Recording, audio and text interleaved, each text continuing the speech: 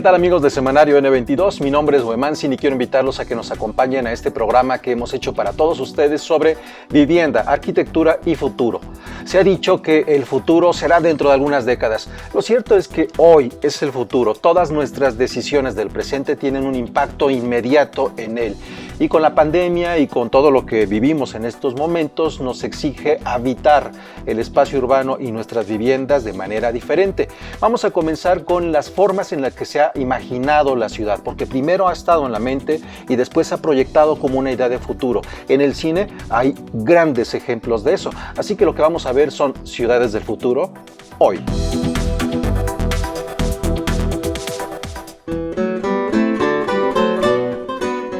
No todas las ciudades imaginadas fueron construidas. En 1516, el teólogo y escritor inglés Tomás Moro publicó Utopía, una propuesta filosófica, moral y política que imaginó una isla con 54 ciudades iguales, en donde no existía la propiedad privada y todos sus ciudadanos cumplían las normas y trabajaban por el beneficio común. El título del libro y su contenido terminaron por definir a Utopía como un ideal inalcanzable.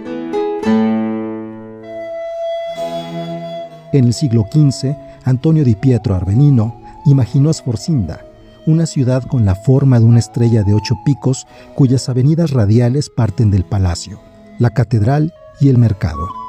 Eso inspiró la construcción en Venecia de Palmanova, edificada entre 1593 y 1813. En un sentido satírico, el escritor irlandés Jonathan Swift, como parte de su libro Los viajes de Gulliver, imaginó en 1726 la ciudad Laputa, una isla flotante poblada por músicos, matemáticos y astrónomos.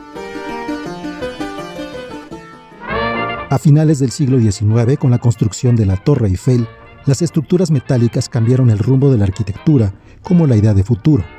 Así comienzan a edificarse los primeros rascacielos en Nueva York. Eso marca la estética futurista de la película Metrópolis, de Fritz Lang. En 1927, los diseñadores de arte alemanes de esta cinta muestran algo que hoy es una realidad. Trenes que pasan entre los edificios, aviones en torno a la ciudad y las clases poderosas viviendo en lo alto y los pobres en el suelo. Las imágenes no son resultado del puro arte cinematográfico. En 1913, el arquitecto estadounidense Harvey Wiley Corbett imaginó así su ciudad del futuro. Poco tiempo después, en 1929, el arquitecto suizo-francés Le Corbusier hizo una propuesta radical que llamó la ciudad del mañana. En este proyecto, depositaba todo lo que consideraba debía ser una ciudad ideal en el siglo XX.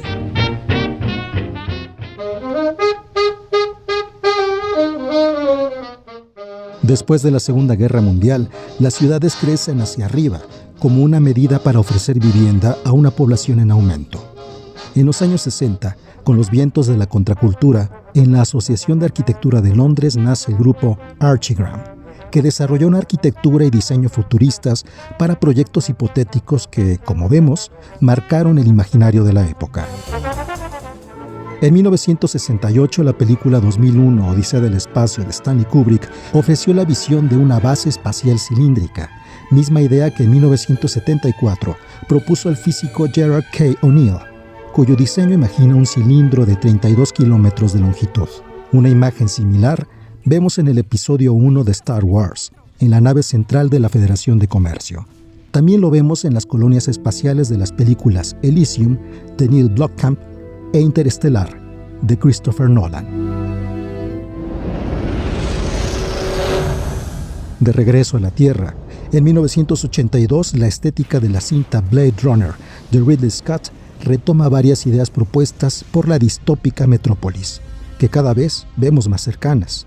El lumpen habita la Tierra cada vez más degradada. Una visión similar tuvo el artista francés de historietas Jean Giraud, mejor conocido como Moebius, quien participaría en el diseño de arte de la película El quinto elemento, de Luc Besson. Entre la utopía y la distopía, desde la antigüedad, las ciudades van tomando las formas imaginadas.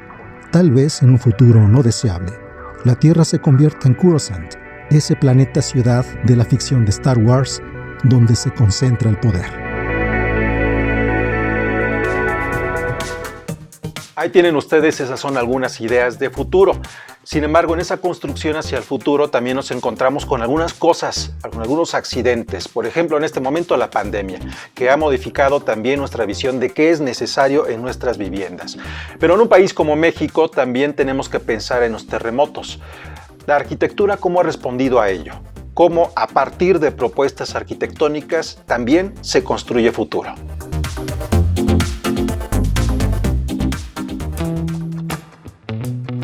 La condición con la que tenemos que lidiar hoy y entender, y yo creo que es el propósito, es cómo hacernos necesarios, ¿cierto? Como arquitectos somos capaces de establecer una relación con el mundo que nos rodea.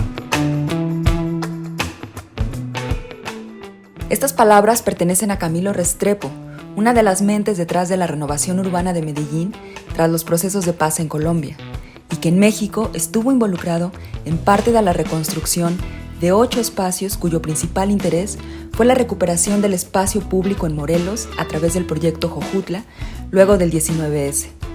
Una decisión que, como explica en esta entrevista el arquitecto Derek Dellecam, también involucrado en dicha empresa, vino de Infonavit, cuyo Centro de Investigación para el Desarrollo Sostenible estaba a cargo de Carlos Cedillo y que junto a Fundación Hogares y varios despachos de arquitectura desarrollaron un plan maestro para reconstruir física y emocionalmente parte de esta ciudad.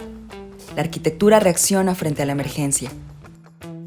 Ahora, en nuestra experiencia fue algo que reaccionamos de inmediato, ¿no? Como muy emocionados frente al acierto, ¿no? de esta postura. Y una de las cosas que platicamos de inmediato y que nos dimos cuenta era no solamente de la devastación física del sitio, sino de la devastación emocional, psicológica, y cómo esta tenía que ver con la destrucción de estos símbolos que hacen a la ciudad y que hacen el imaginario colectivo. Agenda, Agencia de Arquitectura y Dellecam Schleich se involucraron en la reconstrucción del Parque y Centro Comunitario El Higuerón y del Santuario del Señor de Tula, obras que ya fueron entregadas, símbolos que están siendo resignificados. Pero frente a una nueva emergencia que no ha dejado destrucción física, pero sí el cierre del espacio público que ponderaron en este proyecto, ¿cómo mirar estos espacios públicos que ahora se enfrentan a otra emergencia y a un enemigo invisible?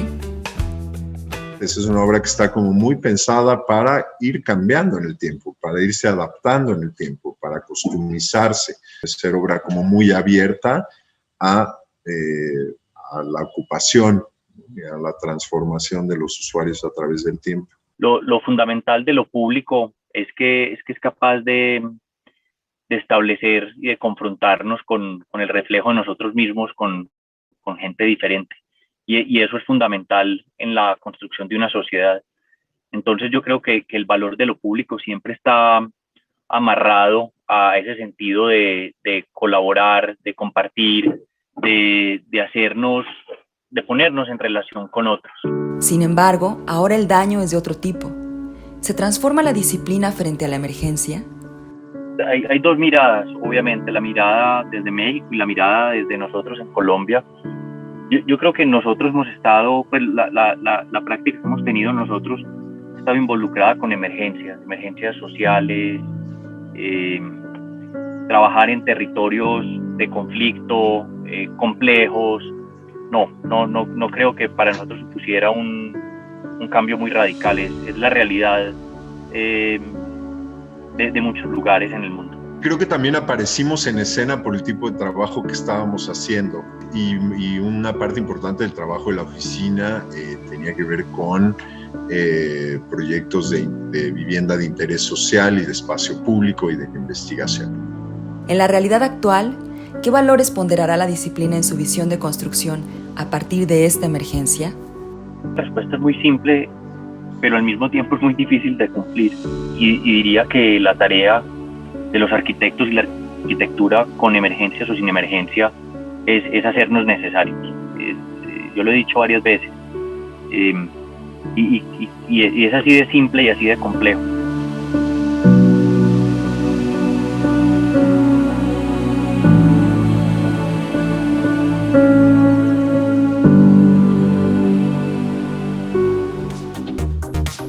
Así como la palabra resiliencia está utilizada para la forma en la que emocionalmente nos sobreponemos frente a la adversidad, es lo mismo que podemos pensar en la reconstrucción de estos espacios.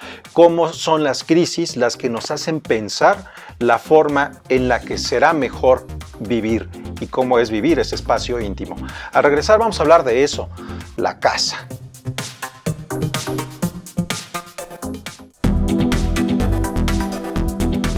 Continuamos aquí en Semanario N22, en este programa que habla de vivienda, que habla de futuro, que habla de arquitectura. Hemos dicho en muchas ocasiones que el futuro es hoy. Nuestros actos tienen una incidencia inmediata. Desde esa perspectiva, ¿cuáles son nuestras necesidades hoy en la pandemia en nuestros espacios de vivienda que al mismo tiempo son oficinas, son escuelas, son centros recreativos, más allá de ser el lugar para comer y para dormir? En eso también están pensando los arquitectos, cuáles o cómo deben de ser las casas en el futuro.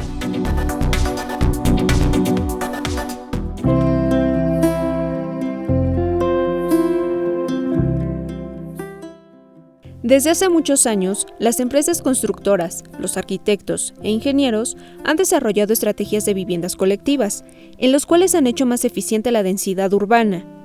El arquitecto Enrique Siriani, en una entrevista para la revista Arquiné, apuntó que la buena arquitectura solo es arquitectura, pero la buena vivienda colectiva es la que hace ciudades. Pero, ¿realmente ha funcionado el desarrollo de la vivienda colectiva?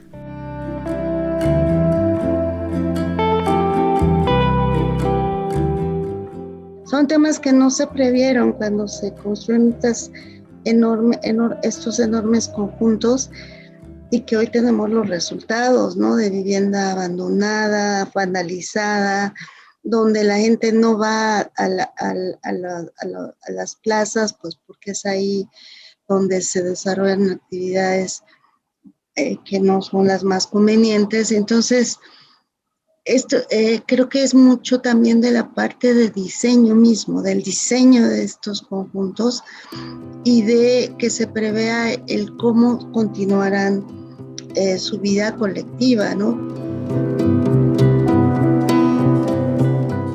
Tras la COVID-19, las personas comenzaron a replantearse la forma de vivir y convivir dentro de un espacio, pues dentro se tuvo que aprender a trabajar, estudiar y vivir, cambiando completamente la dinámica a la que mucha gente estaba acostumbrada.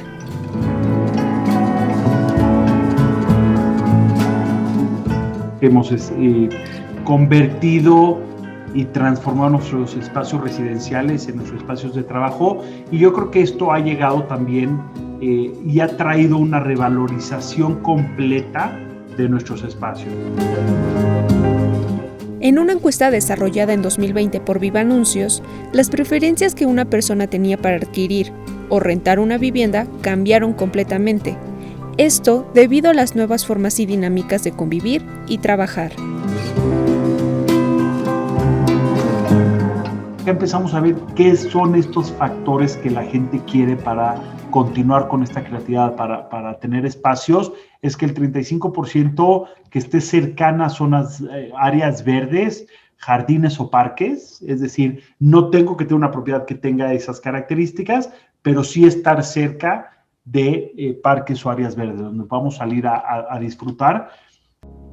Y después el dato interesante es que el 33% sí busca amenidades como balcón, terraza, jardín, alberca, roof garden, o sea que son amenidades que pueden traer ciertos beneficios de espacios abiertos, ¿no? Y si esto pues ha traído el posible beneficio que la gente ya se quede en las afueras y no regrese a estos espacios cerrados.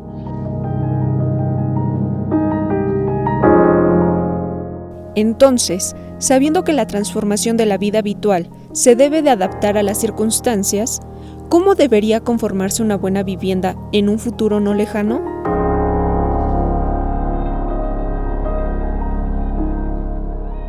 Es volver al término de viviendas adaptables o espacios adaptables, es decir, cuando nosotros pensamos en comprar una propiedad siempre vemos el número de recámaras, el número de metros cuadrados, amenidades y demás, pero no teníamos nunca en mente convertir esas habitaciones en espacios de trabajo, a menos que siempre supiéramos que necesitamos trabajar desde casa. Lo que vamos a empezar a ver y que lo hemos platicado con muchos desarrolladores, no lo hemos visto ejecutado todavía, pero seguramente lo veremos, es que parte de las amenidades ya sea como un business center, ¿no? Entonces, yo estoy en mi edificio, no tengo que sacrificar parte de mi espacio para poder trabajar, pero las amenidades me van a ofrecer esto. Algo que yo he visto en algunas propiedades es que en los estacionamientos están empezando a construir zonas de trabajo. Yo creo que acá lo más importante y lo que tenemos que pensar todos es cómo conseguimos separar la parte personal de la parte profesional cuando nuestro espacio es el mismo.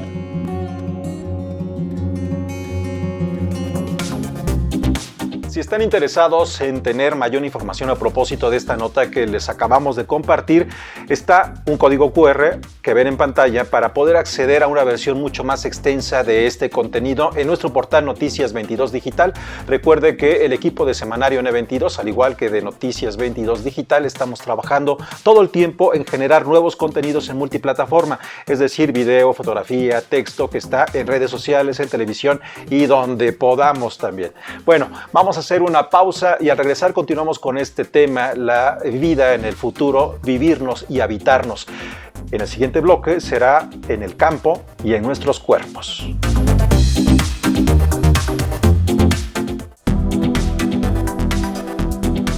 Continuamos aquí en Semanario N22, estamos hablando de vivienda, de arquitectura y de futuros posibles que construimos a partir de hoy.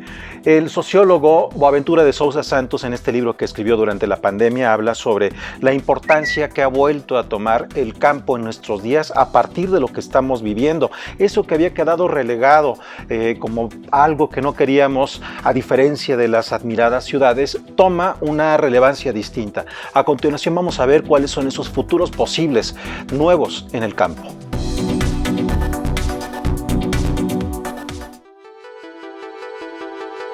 El escritor británico J.G. Ballard publicó en 1975 su novela High Rise, en la que usa la figura del rascacielos como metáfora de la estructura social.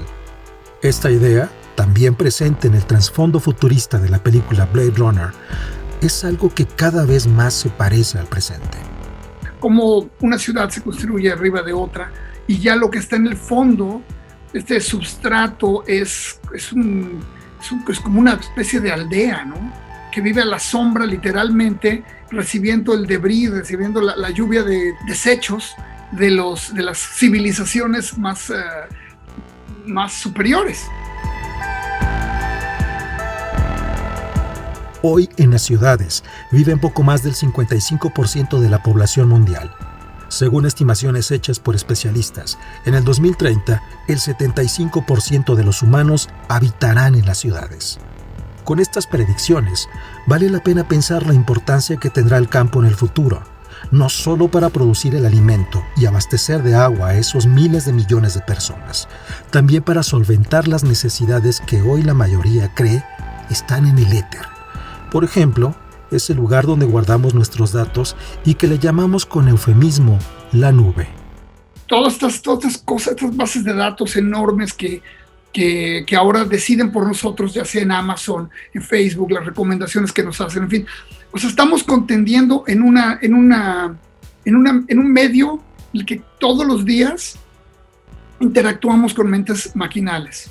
Y eso debería ser suficiente para poner en tela de juicio lo que es la humanidad, lo que quiere decir, lo que nos hace únicos, lo que aún significa tener esta extraña condición de conciencia, ¿no? Con esta preocupación en mente, el arquitecto nacido en los Países Bajos, Rem Koolhaas, quien en 1978 publicó el libro Delirio de Nueva York, un manifiesto en favor de la cultura urbana, y que a principios del siglo XXI reflexionaba sobre la construcción de la ciudad, comenzó una serie de reflexiones para resignificar el campo y su uso en las siguientes décadas. Parte de ello se presentó en 2020 en el Museo Guggenheim a través de la exposición Countryside, The Future, una propuesta para contrarrestar el futuro proyectado en Blade Runner. El principal curador era Rem Koolhaas, con un equipo que armó de arquitectos, economistas, ecologistas y de todo el mundo.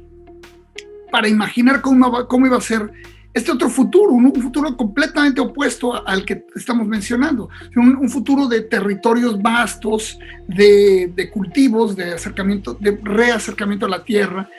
Y esto sucede irónicamente en un parpadeo antes del confinamiento brutal, y de hecho la exposición queda pues abandonada, cerrada, cerró sus puertas con muy pocos espectadores. Me parece tan irónico, tan simbólico de cómo ese esfuerzo pues fue ignorado, pasó a la historia en un segundo. Una de las más famosas imágenes de la cultura pop de nuestros tiempos es el atardecer con 2 soles en el planeta Tatooine, de la película La Guerra de las Galaxias. Este lugar desértico donde crece Luke Skywalker es una granja. Nunca sabemos con claridad qué cosechan. Sin embargo, la imagen bien podría formar parte de nuestro futuro inmediato si consideramos la desertificación que provocan las ciudades en sus entornos. Así, estos vaporizadores de la granja de la ficción podrían cosechar alimento, energía o datos. En lo que llegamos a ese futuro, la pandemia ha provocado que aquellas personas con mayores recursos económicos se muden temporalmente a sus casas de campo. Una imagen para recordarnos que en el campo hay una salvación más allá de las ciudades.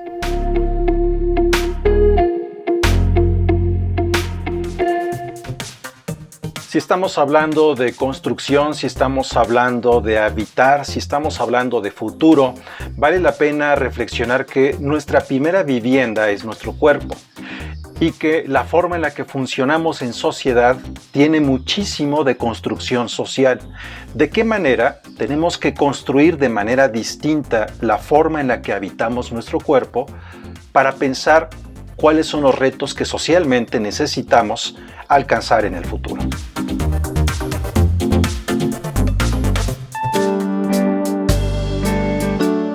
Pensar en el futuro no es solo pensar en el espacio que habitamos o cómo lo habitamos. También es pensar y sobre todo cuestionar aquello que como sociedad hemos normalizado. La reflexión sobre el género y la política binaria sobre la que se ha organizado la sociedad no es una conversación nueva, pero sí necesaria. No se pueden pensar en futuros posibles sin mantener sobre la mesa un cuestionamiento constante a esta lógica binaria y heteropatriarcal que dicta nuestro orden social. Hablamos de liquidez de los géneros. Parte de esta conversación son las nuevas masculinidades frente a los feminismos, las nuevas masculinidades frente a lo queer que disuelve la gramática del género. Cuando hablamos de nuevas masculinidades, yo creo que al menos hay 2 acepciones que podemos considerar. Una, digamos, son esas nuevas masculinidades, digamos, reaccionarias o conservadoras, que aparecen justo en este momento como reacción, digamos, a algunos reclamos que vienen de entornos del activismo feminista, etcétera, etcétera.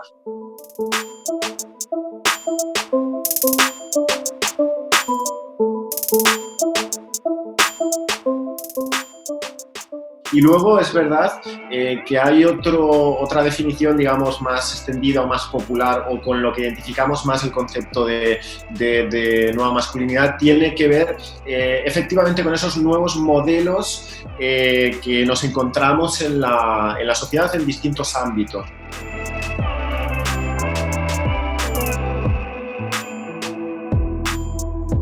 La expectativa de género nos marca por completo, la educación de género nos marca por completo. El hecho de tener unos modelos, unos referentes, nos marca absolutamente, ¿no? Yo creo que las conversaciones que se han iniciado en los últimos años en muchas ocasiones nos precipitan a un cuestionamiento total y absoluto y por tanto una evolución de los géneros en tanto que categorías culturales, ¿no? Es decir, evidentemente los cuerpos y la naturaleza es la que es y está ahí antes de nuestro nacimiento, pero después de nuestro nacimiento sí que hay unos procesos de socialización y de aprendizaje que marcan el significado de lo masculino y de lo femenino, ¿no? esa abolición de las expectativas de género nos conduce inevitablemente o debería servir para conducirnos inevitablemente a sociedades más libres, no solo para las mujeres, evidentemente también, sino también para los hombres, ¿no? Porque también las expectativas de género pueden ser yugos, por así decirlo.